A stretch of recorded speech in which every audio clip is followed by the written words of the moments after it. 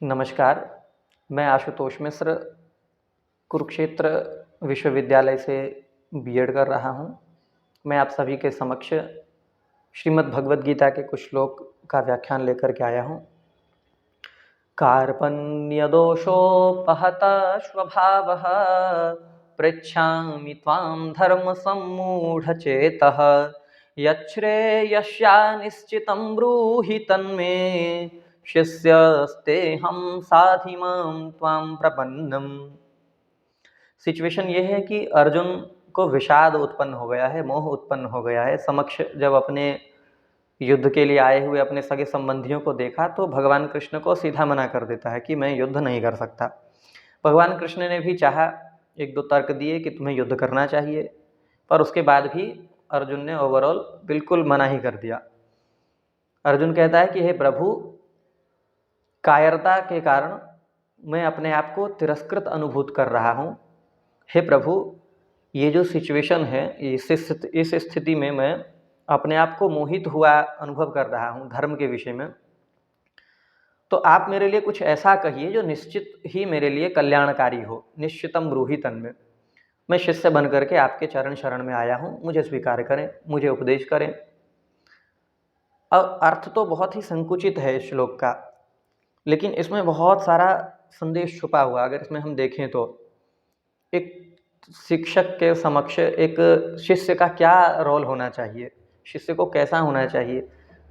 अर्जुन ने अपने विषय में सब कुछ खोल करके अपने गुरु के समक्ष रख दिया कि मैं इतने पानी में हूँ और अब मुझे क्या करना है वो मुझे बताइए।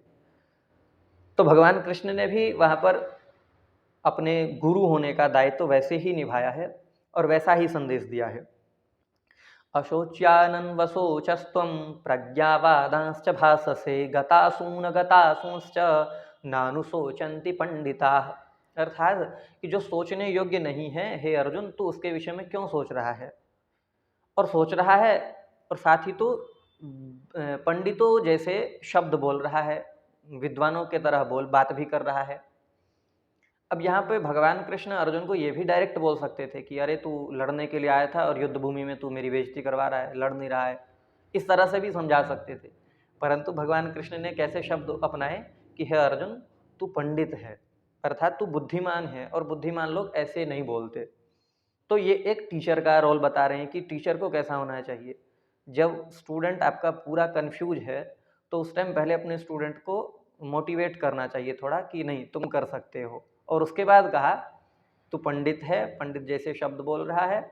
फिर भगवान कृष्ण बताते हैं कि गतासूंश्च नानुशोचन्ति पंडिता, कि जो जा चुके हैं या जो नहीं गए हैं, अभी यहीं पर हैं, जिनकी मृत्यु हो गई है या जो जीवित हैं, उनके विषय में पंडित लोग कभी, बुद्धिमान लोग कभी शोक नहीं करते हैं। तो बड़ा सुंदर ही गुरु और शिष्य का क्या रोल होना चाहिए इसके विषय में संदेश है। इसके बाद आगे इसी फॉर्म में अगर हम आगे बढ़ें तो भगवान कृष्ण अर्जुन को स्थिर बुद्धि वाले व्यक्ति के विषय में थोड़ा बहुत बताते हैं। फिर अर्जुन कहता है कि स्थिर बुद्धि वाला होता कौन है। तो भगवान कहते हैं दुखे स्वनुविघ्नमना सुखेषु विगत स्पृहः वीतराग भय क्रोध स्थित धीर मुनिरुच्यते, कि हे अर्जुन, जो सुख और दुख दोनों ही सिचुएशन में समान रहता है, जो जीतने पर भी सामान्य उसी अवस्था में रहता है जिस अवस्था में वो हारने पर है, ऐसे व्यक्ति जो हैं स्थिर बुद्धि वाले होते हैं। और स्थिर बुद्धि वाले जो हैं, जब स्थिर बुद्धि हो जाएगा तो फिर तुझे इन सब चीज़ों का मोह नहीं रहेगा कि तेरे समक्ष जो तेरे सामने जो लड़ने के लिए आए तेरे अपने हैं या कौन है, ये सभी विषय जो हैं तुम्हारे मन में नहीं रहेगा। तो यहाँ स्थिर बुद्धि की बात करें, और ये जो श्लोक है इसको आप कह सकते हैं कि संपूर्ण श्रीमद् भगवद गीता का सार ही है। ये पूरे गीता में इसी बात को अलग अलग तरीके से कहा गया है। चाहे वो कर्मण्येवाधिकारस्ते की बात कहें कि कर्म ही करते रहना है, हमें फल की चिंता नहीं करनी है, या योगः कर्मसु कौशलम की बात करें, या भगवान कृष्ण ने ऐसा भी कहा है हतः वा प्राप्स्यसि स्वर्गम जित्वा वा मोक्षसे वहीम तस्मात् उत्तिष्ठ कौन्तेय युद्धाय कृत निश्चय, कि हे अर्जुन, यदि तू मारा गया युद्ध में, दुर्भाव मान लो कि अगर अर्जुन मारा गया तो स्वर्ग की प्राप्ति होगी, और अगर जीत गया तो पृथ्वी रूपी स्वर्ग की प्राप्ति होगी। तो इसीलिए अर्जुन तू शोक मत कर।